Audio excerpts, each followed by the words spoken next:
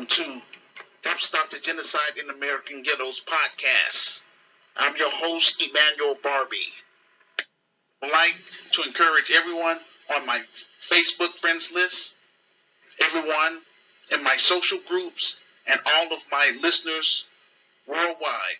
Please do me a favor. Hit that like button and share this video podcast with your friends, ladies and gentlemen. Make sure that you are subscribed to my YouTube channel. It's free. Help make this video podcast go viral by posting this link to your Facebook page, your Instagram page, and or on your Twitter page.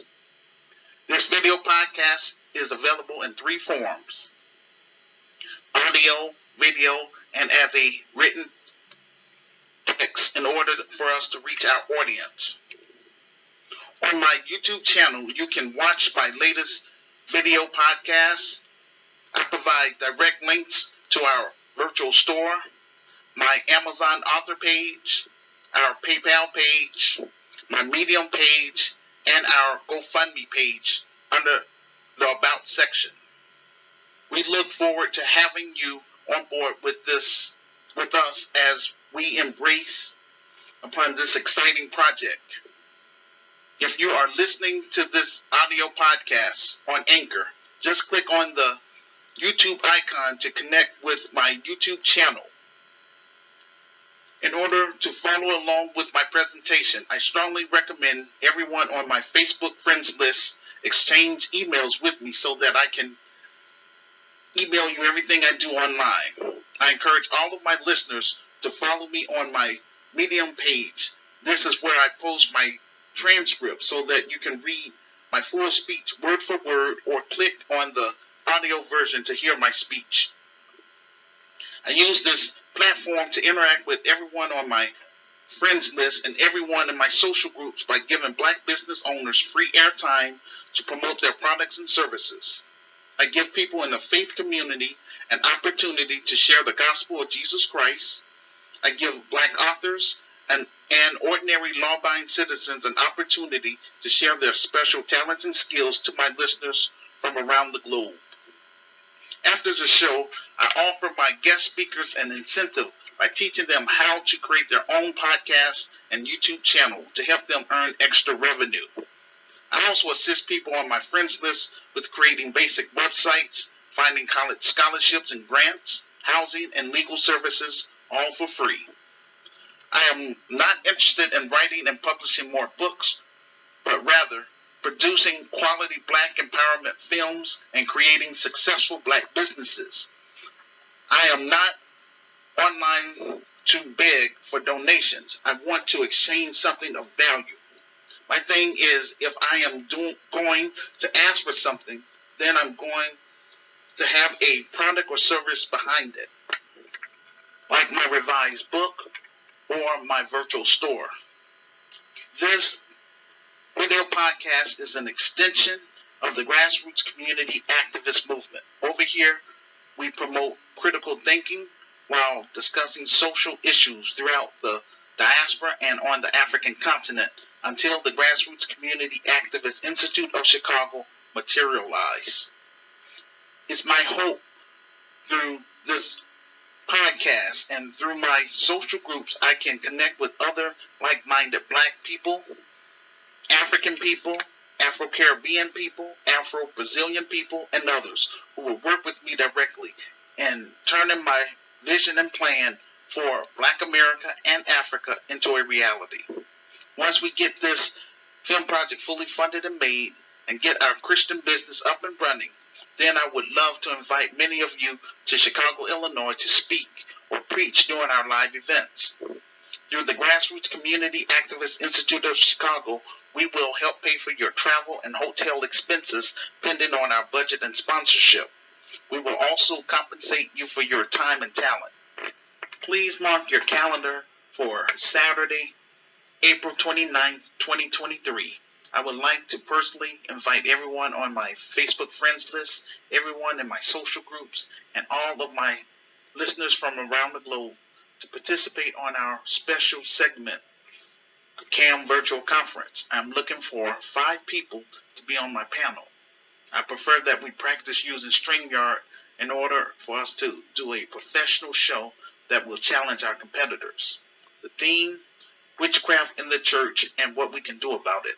Time, 2 p.m. to 3 p.m.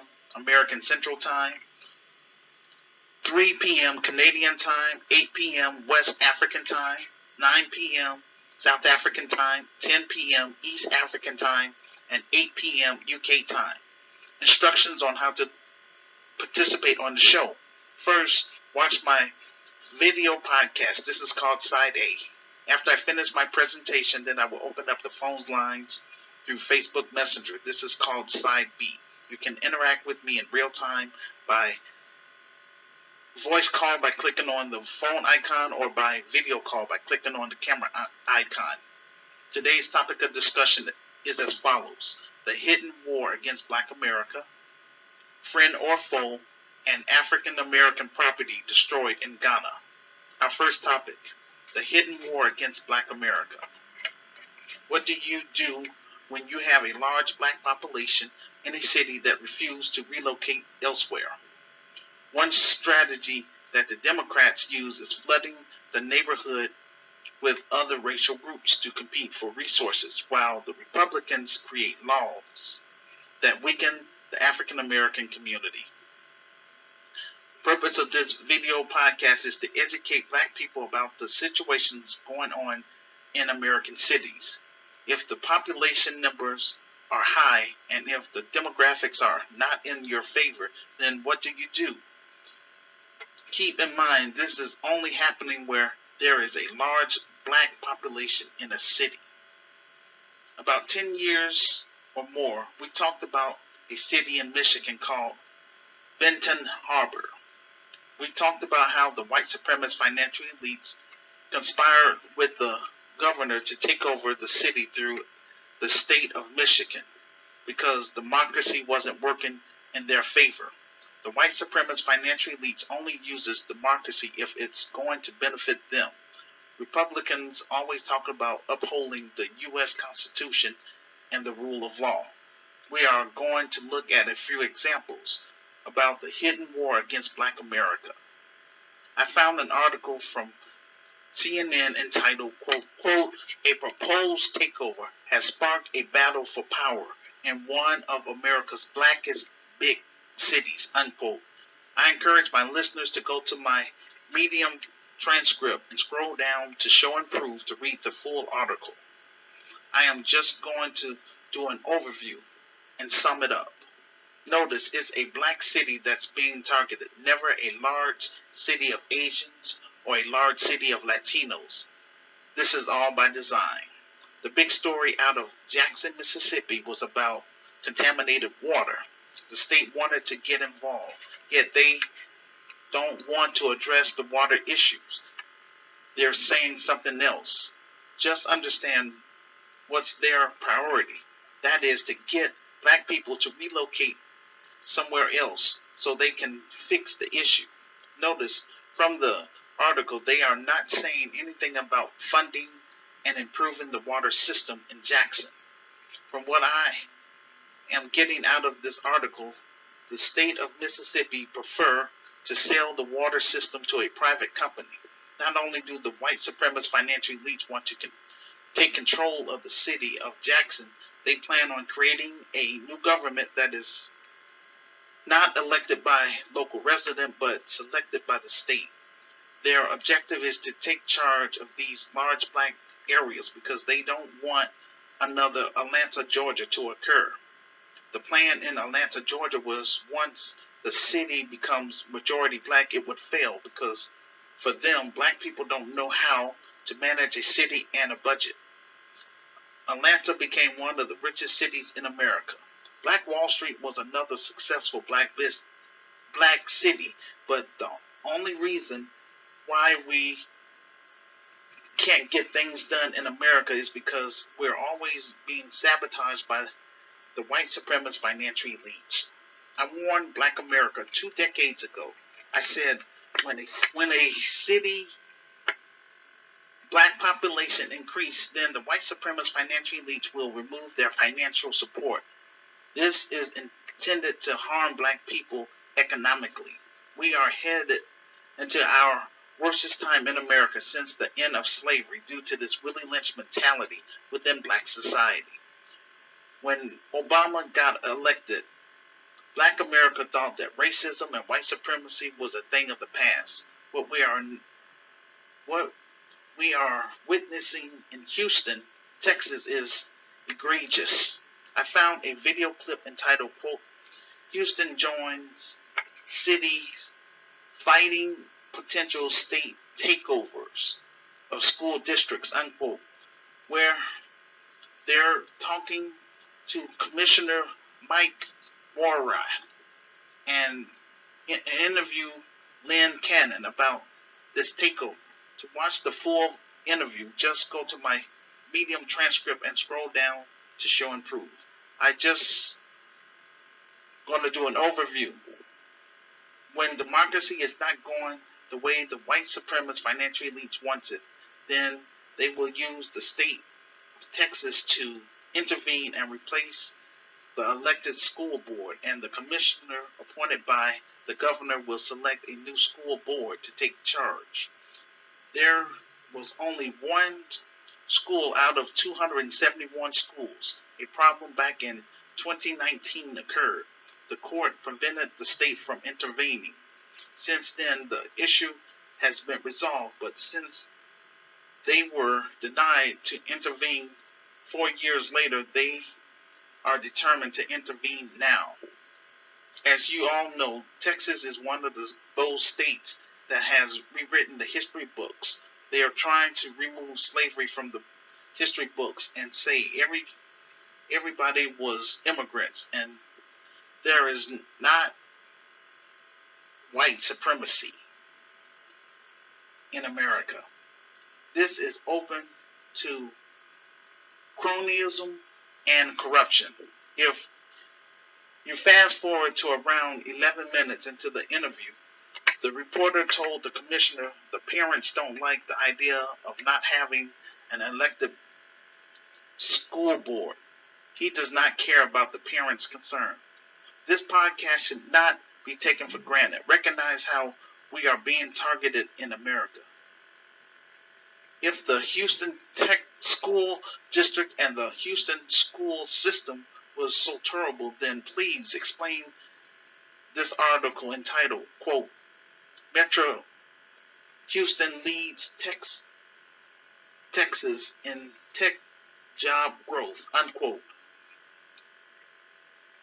The most sophisticated form of genocide in the 21st century is economic instability. I ran across a tweet from Taslin on Twitter entitled, quote, San Francisco NAACP speaks on the pushback over their position regarding the $5 million reparations payment. Panelists follow up and said the payment is the wokest idea ever, and the payment should be zero, unquote. To watch the video clip, just go to my Medium transcript and scroll down to show and prove. I talked about this topic on my last podcast, so it's basically the same thing.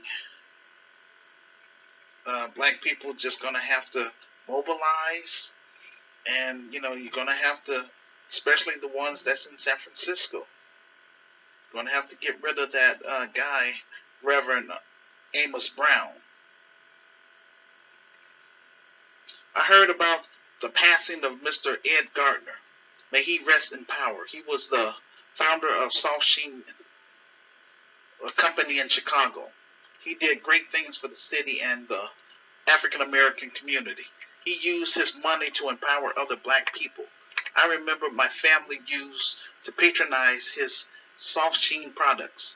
The reason why we need reparation is because the white supremacist financial elites made sure that black people as a collective would be economically deprived. After the civil rights era, they allowed our black empowerment class to relocate to the white suburbs and replace them with our current entertainment class, who are nothing but a well-paid employees. The problem is when you start elevating the worst of entertainers such as rappers who promote drill music, the killing of other blacks. That's a problem that needs to be corrected. The entertainment class is not going to do anything for the African American community. When you talk about black people who are in the struggle and did something positive to help other black people, maybe they couldn't do everything, but they didn't let that stop them from doing what they could. The white supremacist financial elites want our youth to believe that the only way out of the hood is either becoming a rapper, athlete, or a drug dealer. This is why I'm trying to create Kyle Chicago, so that we can produce an entrepreneur class that will become the heart of the African American community. This is why it's so important that we get this film project fully funded and made so that we can build this Christian business starting in Chicago. I am calling on African immigrants community in America to please support our film project and help me get my revised book on this bestsellers list. The sooner we get this film project taken care of and this Christian business established, then the sooner we can start making arrangements to launch our African tours starting in South Africa. As I stated in my last video podcast, we need to call out Reverend Amos Brown. He is not only the head of the NAACP in San Francisco, he is also the vice chairman of the California Reparations Task Force. He wants to deny us cash reparations. Instead, he wants us to have housing vouchers and educational scholarships. But when it came time for the NAACP to get the bag from Wells Fargo, $50 million, they took it. These white supremacist financial elites co-opt black people like Reverend Amos Brown. The most important thing that we can do is to continue to show up at those public hearings and get him removed from his position as vice chairman of the California Reparations Task Force. The strategy is simple. Everything hinges on how much we are paying attention to these issues.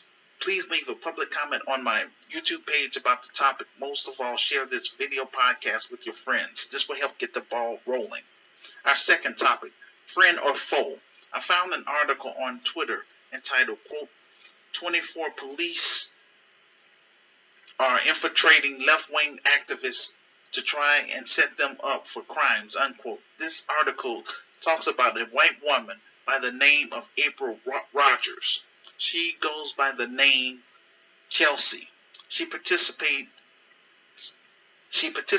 in these Black Lives Matter protests in Colorado. This lady is an undercover officer who is pretending to be an activist and an ally for Black Lives Matter. According to the tweet, the FBI enlisted her to infiltrate racial justice groups. Her objective was to set up young black men on gun charges. I have warned black people for about 30 years to watch out for those ratchet non-black females who come around black people because they are paid informants. They will sit up here and tell you they got access to weapons and bombs. That's a red flag. Thankfully, none of the brothers in Colorado got caught up. The best example is Panther 21, involving the mother of Tupac, Afeni Shakur. To learn more about the case, just go to my Medium transcript and scroll down to Show and Prove. Afeni Shakur was on trial in New York. She was able to win her case against the state because the agent who was trying to infiltrate the Black Panthers of New York, he was the one talking about setting off explosive. It was caught on tape.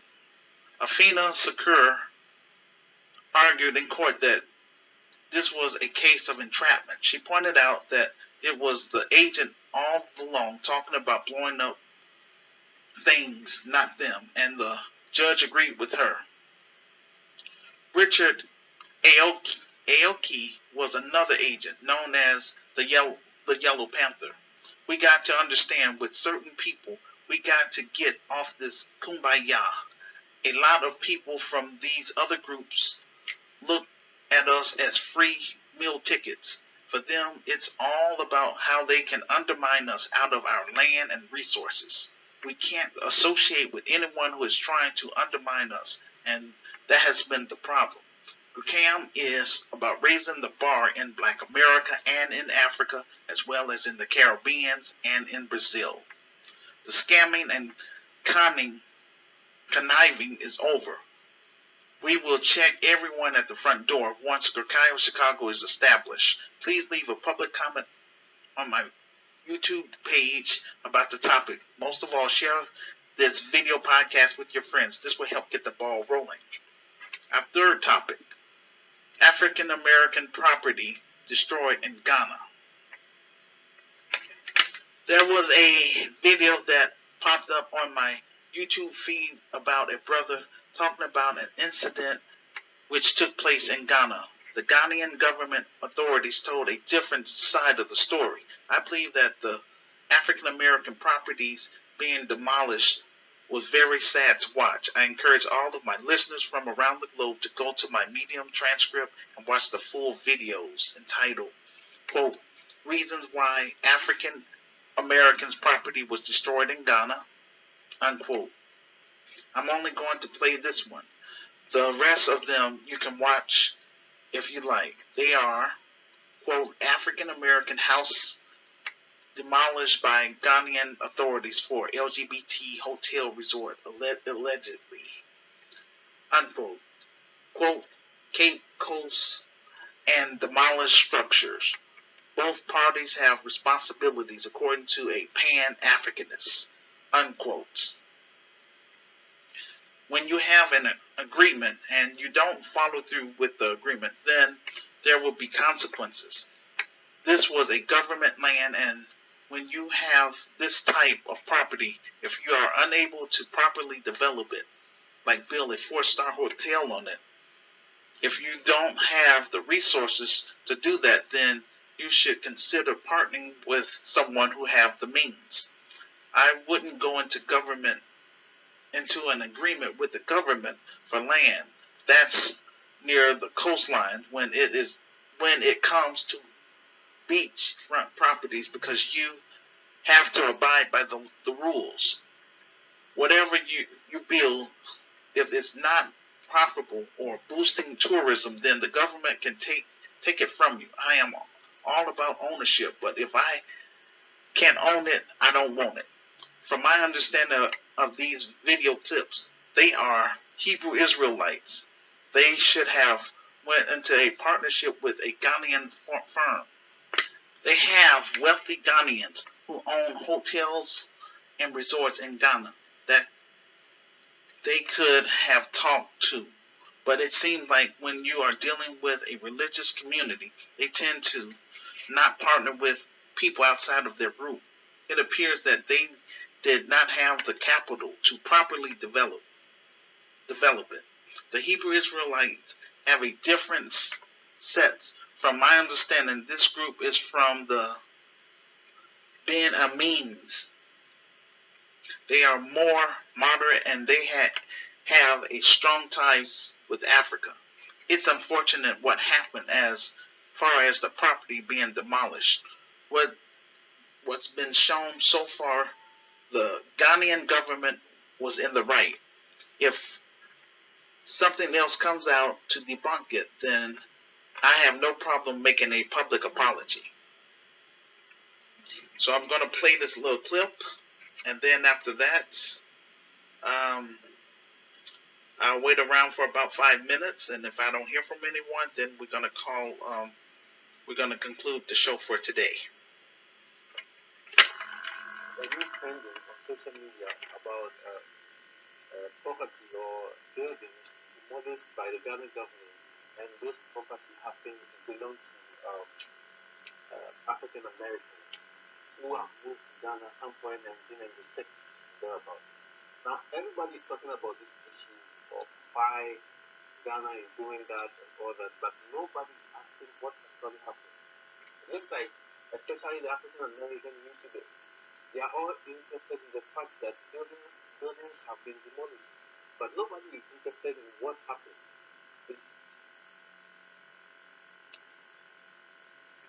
If you know what happened, then you can analyze the situation very well, and then you ask yourself, if you were in this person's shoes, what would you do? Now, when we heard about this issue, we realized that a lot of Ghanaian social media, a lot of Ghanaian YouTubers are not talking about it. Yes, and it's for a reason. It means most of them have gone to check what the problem really was. You understand? Most of them, including myself. I had a friend who knows somebody working at the Ghettos municipality, and then so I asked him to do some checks for me before I speak about the issue. And I also watched a video by one Ghanaian YouTuber, Simpson, who actually had an in-depth, he has done an in-depth investigation, and he really explained what really happened. But this is what I also found. And what the information I got was similar to what Simpson had, but his case was very deep. When I called the guy and I asked him, he said when he found out, what he got was that the people came there and they had an agreement, right? They had an agreement with the state post municipality. And as part of the agreement, they were supposed to make some payment. Of course, the lands are not free. You understand? The land is not free. You don't give lands for free, especially that land. That land is a government property. It's a government property. And so there was an amount you were supposed to pay, which was 5,000 cedis. Those times, it was a lot of money. 5,000 cedis those times was 50 million in our own currency. It was a lot of money. You understand? So you were supposed to pay that money. And then, apart from that money, you were supposed to pay some annual rent. Pay some money every year on the property for 50 years. This was part of the agreement. And as part of the agreement, you were supposed to also develop the property. That's the only reason why a government will give you his property, to develop it. When government gives his property, he's giving it out so that it will be developed. You understand? This is different from an individual, somebody walking around who wants to give his property for a lease. This is very different. This, you are dealing with government. You understand? And it was part of the agreement. You understand? And almost, if you study the agreement, almost each agreement, each contract, each agreement has been breached by these people. And they are not talking about it. They are only talking about the fact that the building has been demolished, which I think is very unfair to the Ghanaians. First of all, out of the 5,000 Ghana cedis they were supposed to pay, they paid only 1,000, which is not even up to a quarter of the total amount. They paid only 1,000. And then the annual amount that you are supposed to pay, they did not pay. They did not pay. And then they also didn't develop the land. As a matter of fact, according to the municipality and the people living in the vicinity, the land is almost the same. The land is almost the same. Nothing has been done apart from the buildings, the structures they built on the property. You understand? And so people have ignored all these. People who knew nothing about the contract. And you see, recently I watched a video on one channel, Go Black to Africa. And one of the people who were directly involved in purchasing the property was talking, he was interviewed, and I listened to him very carefully. I was trying to get something which contradicts what I have heard, but I didn't get it. All he was saying was, oh, we had a contract, we had an agreement, but he couldn't say boldly that we have paid for the amount, or we paid for the property, and now they are taking the property from us. You can go back and listen. He couldn't mention that because they know they didn't pay. Angela Clay would make Chicago less safe. They don't even pay. And everybody can see the property. Those who were showing the video of the property, you can see the property was very undeveloped, which was in the contract. You agreed to it that you were going to develop the property. You see, this is one of the issues I have with some of the African talent. You see, there's no pressure on you to do anything big. You understand? There's no pressure on you. If you want to move to Africa, if you want to move to Ghana, nobody is putting pressure on you to do anything to get yourself involved in something big you know you can't finance. And if you look at the contract and you look at the current situation, you realize that they were not ready financially to do what they wanted to do. You see, that's the problem I have. You see, we came to Ghana, 1996, you had 1,000 cities. That 1,000 cities, if you go to the chief, you can get at least 2 plots of land.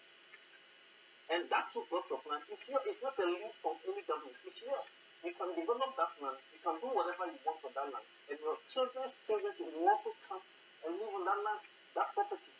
But you chose to go for a land which has a beachfront and a lagoon on the side. I mean, which you do not need. You don't have the money to maintain that property. Don't go for it. Now you went for it, and you went into a contract with the government, which you couldn't fulfill any of the contract.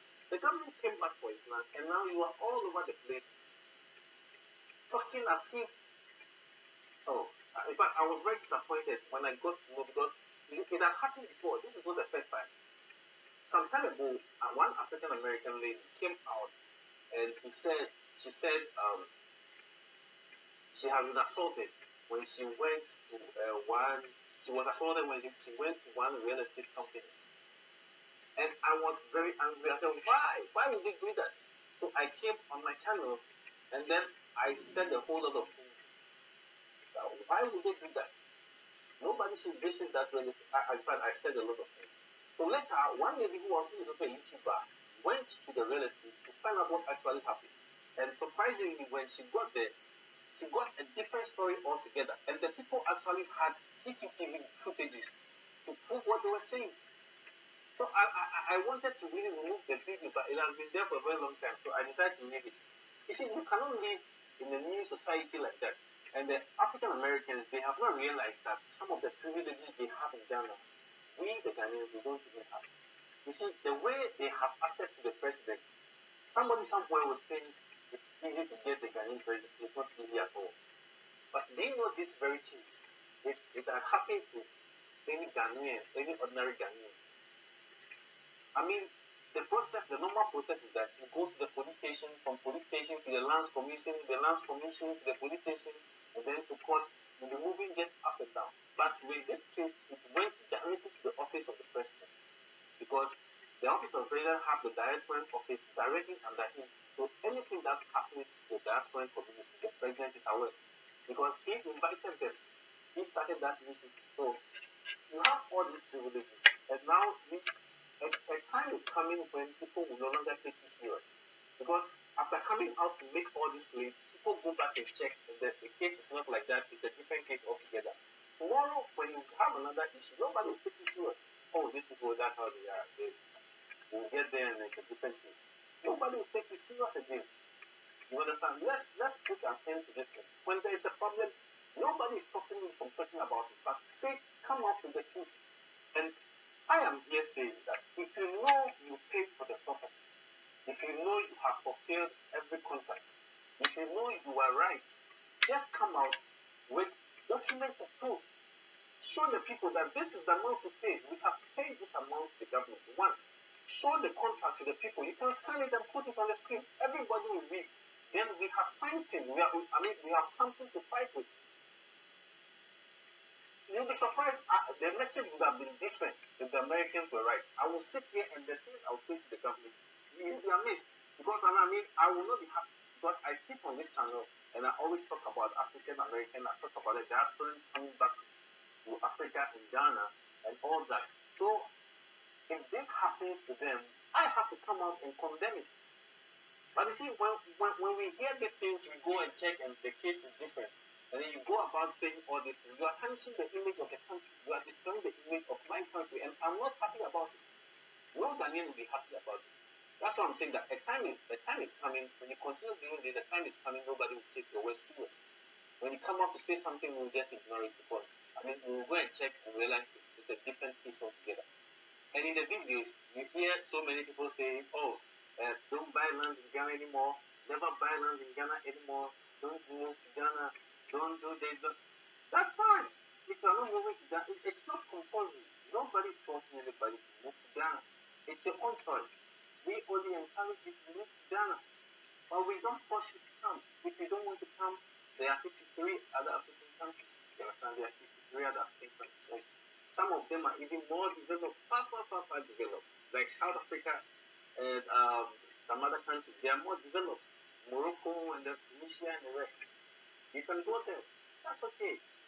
Some have bigger economies. I think Ghana is the 9th biggest economy in Africa, or the 9th, I think. It means there are 8 other big economies in Africa that you can thrive there.